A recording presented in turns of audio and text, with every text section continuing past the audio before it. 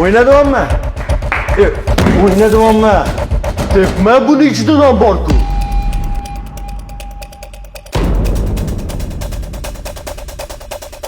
Mehmonni ham shunaqa kutib olishadimi? Maqtadi. Shunchaki hazillashyotgandim. Qattiq yetib beteyinni deb meni jazolamasangiz kerak.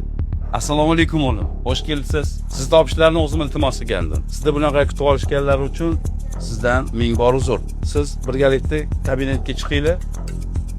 Sen esa burningni artib olgin. Sen bilan keyin gaplashamiz.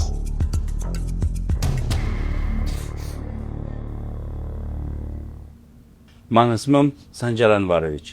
Yaqinda sen men hayotimni qutqarib qolding. Seni minnatdorchilik bildirish uchun seni topishlarini so'ragandim. Senga moliyaviy yordam bermoqchiman. Seni ishingni hisobga olsak, senga pul ortiqchalik qilmaydi deb o'ylayman. Yo'q aka, pul ololmayman.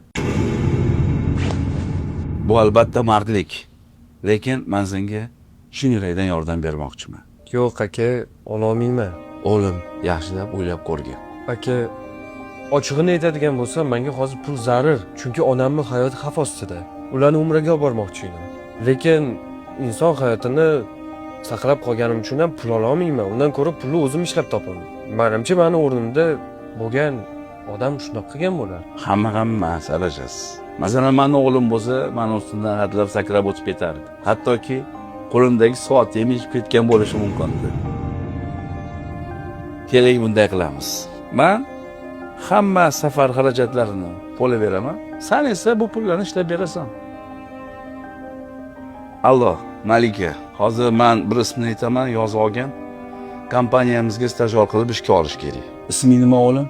Mustafayev Samir Samirovich. Mustafayev Samir? Bo'lishi mumkin emas.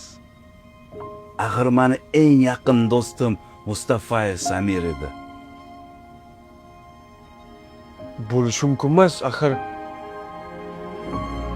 bu meni otam-ku.